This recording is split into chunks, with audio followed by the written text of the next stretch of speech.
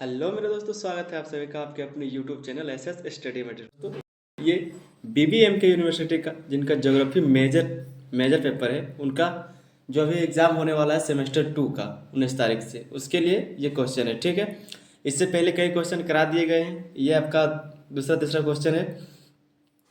ये भी एक बहुत ही इंपॉर्टेंट क्वेश्चन है। ठीक है, ये छोटा नागपुर पठार का भौगोलिक विवरण प्रस्तुत कीजिए, ये एक आपका बहुत ही इंपॉर्टेंट क्वेश्चन है। इस तरह का क्वेश्चन कई बार सेमेस्टर में आया है, तो आप हो सकता है कि आपके सेमेस्टर में ये क्वेश्चन आए। ठीक है, इसलिए क्वेश्चन करा दिया जा रहा है।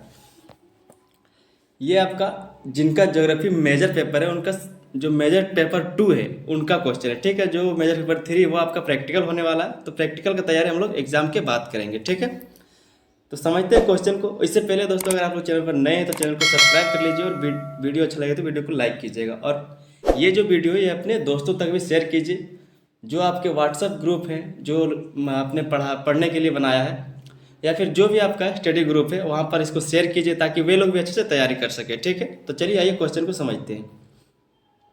लिखा है कि छोटा नागपुर पठार का भौगोलिक विवरण प्रस्तुत कीजिए। ठीक है, लिखा है कि छोटा नागपुर पठार का भौगोलिक विवरण प्रस्तुत कीजिए। ये छोटा नागपुर जो है उसका भौगोलिक विवरण, मतलब उसका क्या भूगोल है, वहाँ पर क्या है, वो कहाँ पर स्थित है, उसके आजू बाजू क्या है, इस तरह का जो भी जानकारी है उसको बताना है। ठीक है, तो समझेंगे इसका आंसर को कि क्या लिखा है और किस तरह से आंसर को लिखना है। ठीक है, जिस तरह से यहाँ पर बताया गया है उसी तरह से आपको भी लिखना है। बहुत ही बेहतर तरीके से आपको समझ में आ जाएगा, बस आप सुनिए और देखिए।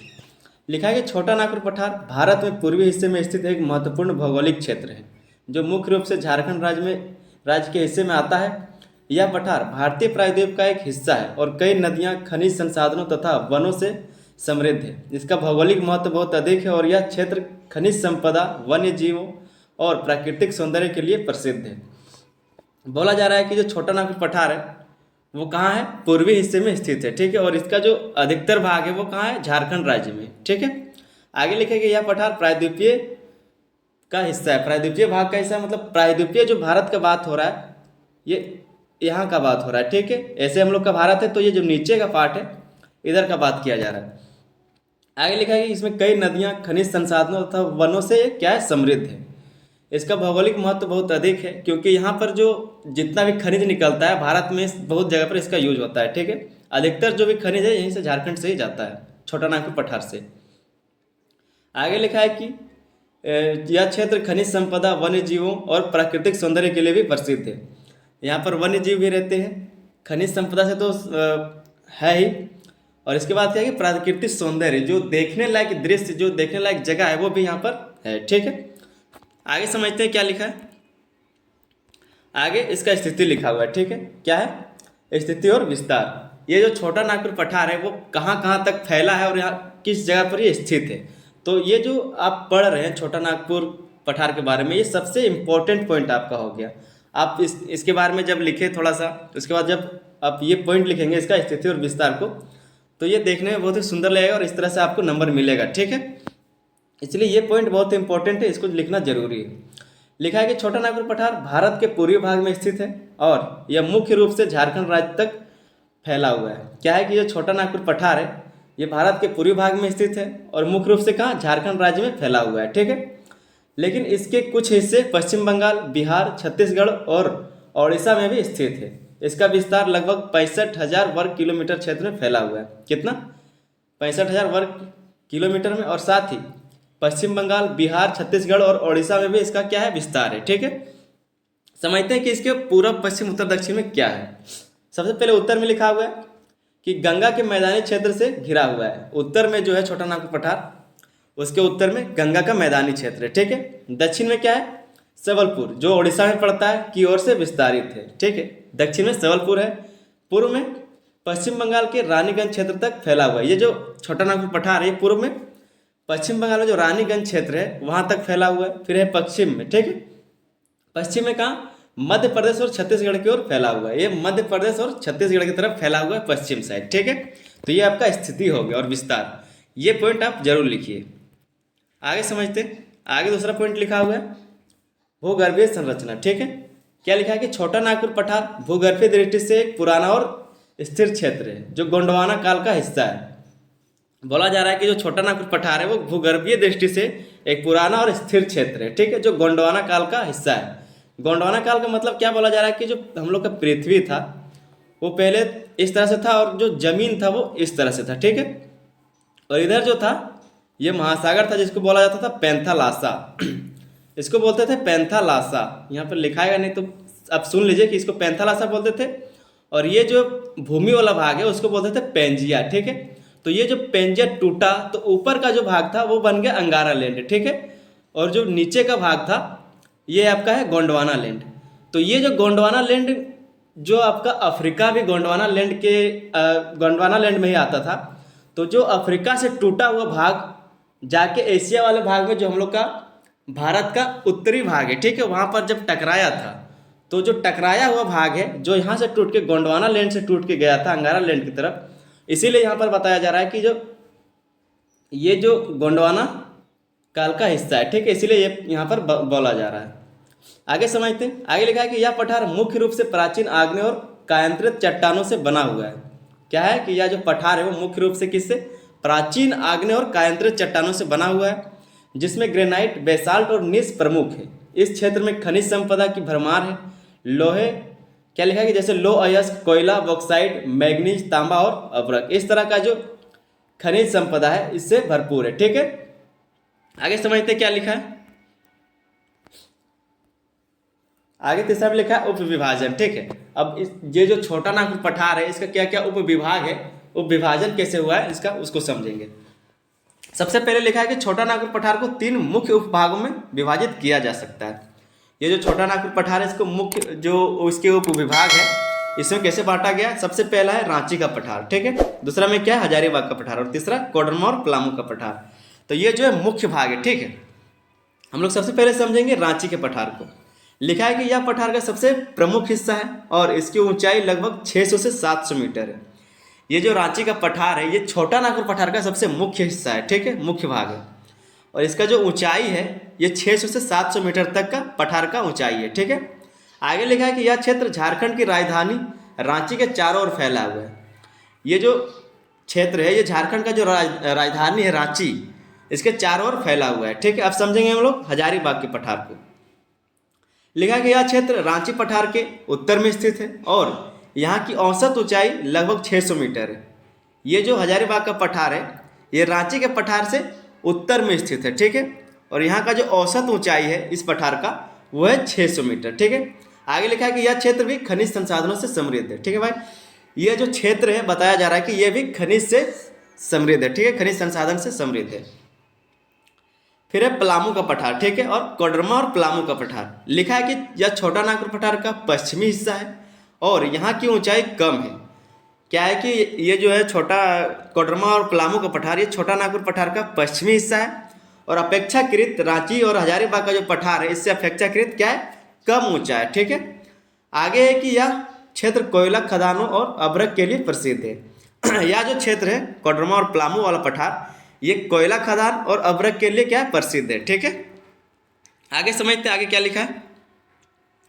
आगे इसमें चौथा पॉइंट दिया हुआ है नदियाँ, ठीक है। अब छोटा नागपुर से जो नदी निकलता है और किधर किधर बहता है वो उसको समझेंगे। नदियों में क्या लिखा है कि छोटा नागपुर पठार से कई प्रमुख नदियाँ निकलती हैं जो भारत के विभिन्न हिस्सों में बहती है। छोटा नागपुर पठार से कई नदी निकलती है जो कई हिस्सों में बहती है, ठीक है। आगे लिखा है कि इस पठार से निकलने वाली नदियाँ मुख्य रूप से दक्षिण पूर्व की ओर बहती है और बंगाल की खाड़ी में गिरती है। यहाँ से जो छोटा नागपुर पठार है यहाँ से जो भी नदी निकलती है वो मुख्य रूप से किधर, दक्षिण पूर्व की ओर बहती है, ठीक है। और आगे जाके कहाँ गिरती है, बंगाल की खाड़ी में। इसमें जो सबसे प्रमुख नदी है उसके बारे में दिया हुआ है दामोदर नदी, ठीक है। ये बहुत ही प्रमुख नदी है झारखंड के लिए भी और छोटा नागपुर पठार के लिए भी। लिखा है कि यह पठार की प्रमुख नदी है जो पश्चिम बंगाल की ओर बहती है और हुगली नदी में मिल जाती है। क्या है कि यह जो पठार का प्रमुख नदी है, ठीक है, दामोदर नदी, और ये पश्चिम बंगाल की ओर बहती है और आगे कहाँ जाके मिलती है, हुगली नदी में, ठीक है। आगे है कि दामोदर नदी का बेसिन कोयला खदानों और औद्योगिक क्षेत्रों के लिए प्रसिद्ध है। ये जो दामोदर नदी है उसका जो बेसिन है जहाँ पर ये नदी बहती है उसके आसपास का जो क्षेत्र है वहाँ पर क्या है, कोयला खदान है और औद्योगिक क्षेत्र बसे हुए हैं, ठीक है, जहाँ पर फैक्ट्री वगैरह लगा हुआ है। इसलिए ये जो दामोदर नदी है बहुत ही प्रमुख माना जाता है, इंपॉर्टेंट है। अगला जो नदी दिया हुआ है वो सुवर्ण रेखा नदी, ठीक है। क्या है? सुवर्ण रेखा नदी। यह झारखंड से निकलकर पश्चिम बंगाल और उड़ीसा की ओर बहती है। सुवर्ण रेखा जो नदी है ये भी मुख्य नदी है झारखंड के लिए भी और छोटा नागपुर पठार के लिए भी। तो ये जो है झारखंड से निकलकर पश्चिम बंगाल और उड़ीसा की ओर बहती है, ठीक है। आगे क्या है? कोयल और सोन और बराकर नदियाँ। 5 जो ये झारखंड का मुख्य नदी है, साथ ही छोटा नागपुर पठार का ये मुख्य नदी है। क्या लिखा है कि कोयल, सोन और बराकर नदी ये भी इस पठार की महत्वपूर्ण नदियां हैं जो क्षेत्र के जल स्रोत के रूप में काम करती है। ये जो है ये भी एक पठार का महत्वपूर्ण नदी है जो क्षेत्र में जल स्रोत के रूप में काम करता है। जल का जो स्रोत, जो जल का जो जरूरत है उसको पूरा करने में ये काम करता है, ठीक है, अपना रोल निभाता है। आगे समझेंगे क्या लिखा है। आगे 5वां पॉइंट लिखा हुआ है जलवायु। अब जो छोटा नागपुर का जो जलवायु है उसको समझेंगे। लिखा है कि छोटा नागपुर पठार की जलवायु मुख्य रूप से उष्णकटिबंधीय मानसूनी होती है। यहाँ का जो जलवायु है बताया जा रहा है कि यहाँ का उष्णकटिबंधीय मानसूनी जलवायु है, ठीक है। यहाँ गर्मियाँ बहुत गर्म होती है जबकि सर्दियों में तापमान काफ़ी गिरावट आती है। यहाँ पर गर्मी के दिन में क्या होता है कि बहुत गर्मी लगता है और जब सर्दी आता है तो तापमान में काफ़ी गिरावट आ जाता है, ठीक है। लिखा है कि वर्षा मानसूनी हवाओं के कारण होती है। वर्षा जो मानसूनी हवाओं के कारण होती है और अधिकांश बारिश जून से सितंबर के बीच होती है। और यहाँ पर जो बारिश है वो अधिकांश क्या होता है? जून से लेके सितंबर तक, ठीक है। समझते हैं गर्मी का। जहाँ पर जो पॉइंट दिया हुआ है गर्मी, सर्दी और जो बारिश का जो भी यहाँ पर लिखा हुआ है उसको विस्तार से भी लिखा हुआ है, ठीक है, कितना कितना कितना डिग्री सेंटीग्रेड में था, ठीक है। तो गर्मी को समझेंगे। गर्मी लिखा है कि गर्मियों में तापमान 30 डिग्री सेल्सियस से 40 डिग्री सेल्सियस तक पहुँच जाता है। गर्मी में जो है 30 डिग्री 40 डिग्री तक यहाँ पर तापमान पहुँच जाता है, ठीक है। सर्दी के बारे में बात करें तो लिखा है कि सर्दियों में तापमान 0 डिग्री सेल्सियस से 15 डिग्री सेल्सियस के बीच हो सकता है, विशेषकर उच्च स्थानों पर। बताया जा रहा है कि जो सर्दी का समय आएगा, जब सर्दी का समय होता है तो यहाँ पर 0 डिग्री से 15 डिग्री सेल्सियस तक तापमान हो जाता है गिर के। और जहाँ पर ऊंचा क्षेत्र है वहाँ पर क्या है कि तापमान और ज़्यादा गिरता है, ठीक है। वर्षा में लिखा है कि इस क्षेत्र में औसत वर्षा 1000 मिलीमीटर से 1400 मिलीमीटर तक होती है। यहाँ पर जो वर्षा का औसत है वो कितना है? 1000 मिलीमीटर से 1400 मिलीमीटर तक। आगे समझेंगे क्या लिखा है। आगे यहाँ पर देखेंगे हम लोग वनस्पति और वन्य जीव को।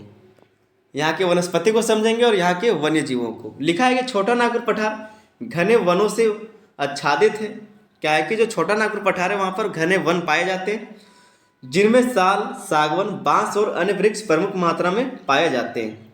जिसमें से क्या है कि साल, सागवन, बांस और अन्य वृक्ष प्रचुर मात्रा में पाया जाता है।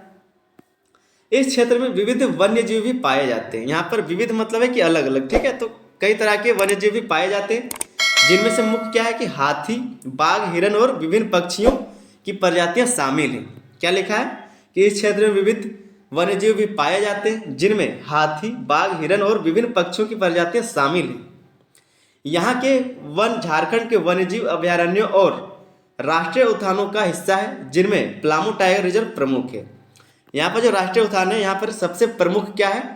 एक टाइगर रिजर्व प्रमुख है जो पलामू में स्थित है, ठीक है।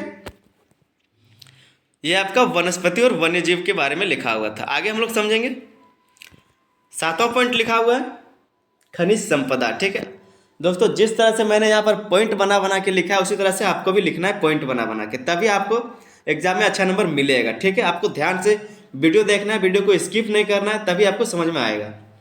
लिखा है कि खनिज संपदा। 7वां पॉइंट क्या है? खनिज संपदा। क्या क्या खनिज यहाँ पे है उसको समझेंगे। लिखा है कि छोटा नागपुर पठार भारत के सबसे महत्वपूर्ण खनिज क्षेत्रों में से एक है, ठीक है। छोटा नागपुर का जो पठार है वो भारत के सबसे महत्वपूर्ण खनिज क्षेत्रों में से एक है। यहाँ पर कई प्रकार के खनिज पाए जाते हैं जिनका खनन व्यापक रूप से किया जाता है।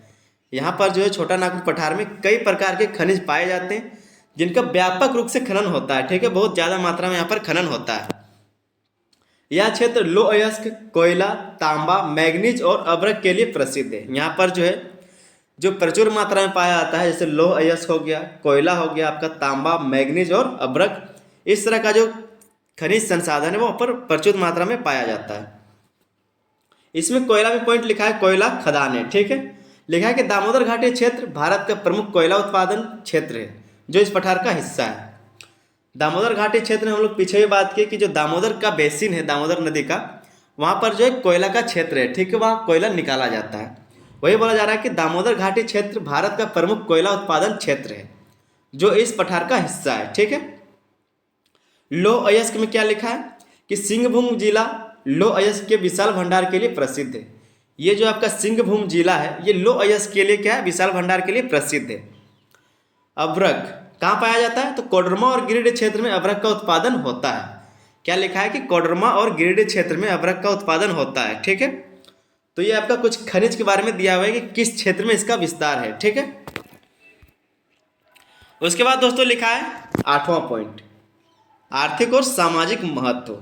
ये जो छोटा नागपुर पठार है इसका आर्थिक क्या महत्व है और समाज में इसका सामाजिक महत्व क्या है, ठीक है, समझेंगे।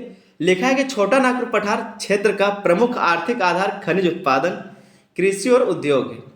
छोटा नागपुर पठार का जो क्षेत्र है इसका जो प्रमुख आर्थिक आधार जो है वो खनिज उत्पादन है, कृषि और उद्योग है, ठीक है। आगे लिखा है कि यहाँ के कोयला और लौह अयस्क के खनन से देश की औद्योगिक प्रगति में महत्वपूर्ण योगदान होता है। बोला जाता है ऐसा कि यहाँ का जो कोयला है, यहाँ का जो लौह अयस्क है, इसी से पूरे भारत में जो है क्या है कि औद्योगिक प्रगति में महत्वपूर्ण योगदान निभाया जाता है, ठीक है। झारखंड से ही जो है 40% लगभग जो है लौह अयस्क और कोयला वगैरह जो भी खनिज सब कुछ पूरे भारत में विस्तारित है, ठीक है, वहाँ पर पहुँचाया जाता है झारखंड से ही, इसी छोटा नागपुर पठार से। आगे कि रांची, बोकारो और जमशेदपुर जैसे औद्योगिक शहर इस क्षेत्र में स्थित है। जो औद्योगिक क्षेत्र जैसे रांची हो गया आपका, बोकारो, जमशेदपुर जैसे औद्योगिक क्षेत्र क्या है, औद्योगिक शहर क्या है, इस क्षेत्र में स्थित है। जमशेदपुर तो जानते हैं लोहा फैक्ट्री है। आगे लिखा है कि जहाँ इस खनिज संपदा का व्यापक रूप से उपयोग किया जाता है, जहाँ पर ये जो खनिज संपदा है इसका व्यापक रूप से यहाँ पर उपयोग किया जाता है इन बड़े बड़े औद्योगिक क्षेत्रों में, ठीक है। ये हो गया दोस्तों कुछ पॉइंट, आपके 8 पॉइंट लिखा हुआ था। इसी तरह से आपको भी पॉइंट बना बना के लिखना है, तभी जाके आपका अच्छा नंबर आएगा, ठीक है। इसके बाद हम लोग समझेंगे इसके निष्कर्ष को कि इसका निष्कर्ष कैसे लिखना है।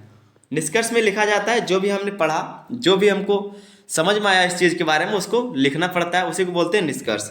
तो लिखा क्या है, लिखा है कि छोटा नागपुर पठार भारत का एक महत्वपूर्ण भौगोलिक और आर्थिक क्षेत्र है। यहाँ पर बोला जा रहा है कि जो छोटा नागपुर पठार है वो भारत का एक महत्वपूर्ण भौगोलिक और आर्थिक क्षेत्र है, ठीक है। इसकी खनिज संपदा, वनस्पति और वन्य जीव संसाधन इसे विशिष्ट बनाते हैं। इसको विशिष्ट कैसे माना जाता है, यहाँ के खनिज संपदा से, वन्य जीव और वनस्पति के संसाधन से, ठीक है। इसके अलावा यह क्षेत्र ऐतिहासिक और सांस्कृतिक दृष्टि से भी महत्वपूर्ण है। यहाँ पर जो बताया जा रहा है कि ये क्षेत्र जो है आपका ऐतिहासिक और सांस्कृतिक दृष्टि से भी महत्वपूर्ण भूमिका निभाता है। हालांकि यहाँ की खनिज संसाधनों का अत्यधिक दोहन और वनों की कटाई जैसी चुनौतियाँ भी है। यहाँ पर क्या है कि जो खनिज संसाधन है और जो वनों का कटाई, इसका दोहन होता जा रहा है, मतलब जरूरत से ज़्यादा इसका उपयोग में लाया जा रहा है, ठीक है। तो इस प्रकार का यहाँ पर चुनौती भी है आगे कि जिनके समाधान के लिए सतत विकास और पर्यावरण संरक्षण पर ध्यान देने की आवश्यकता है। इसके समाधान के लिए जो सतत विकास और पर्यावरण संरक्षण है इस पर ध्यान देने की आवश्यकता है, इस तरह का निष्कर्ष में लिखना है। आप भी इसी प्रकार से अपने एग्जाम में निष्कर्ष बनाइए, आपका बहुत ही बेहतर नंबर आएगा। आप एग्जामिनर भी यही चेक करता है आपने पीछे क्या लिखा है और सबसे पहले क्या लिखा है, ठीक है। तो इस तरह से आप भी अपना आंसर लिखिए जिस तरह से यहाँ पर बताया गया। और अगर आप लोग चैनल पर नए हैं तो चैनल को तुरंत सब्सक्राइब कर लीजिए, क्योंकि बाकी जो भी सब्जेक्ट है उसका भी तैयारी आपको एग्जाम तक कराया जाएगा, और जो भी सेमेस्टर है सभी सेमेस्टर की तैयारी आपको इसी चैनल पर कराया जाएगा। तो चैनल को सब्सक्राइब करके रखिए, और भी कई तरह के जो एग्जाम से रिलेटेड जानकारी वो भी आपको इसी चैनल पर दिया जाता है और दिया जाता रहेगा। तो चैनल को सब्सक्राइब करिए और दोस्तों तक भी वीडियो को शेयर कीजिए, और वीडियो अच्छा लगे तो वीडियो को लाइक करना ना भूलिए। मिलते हैं अगले वीडियो में, तब तक के लिए धन्यवाद। जय हिंद।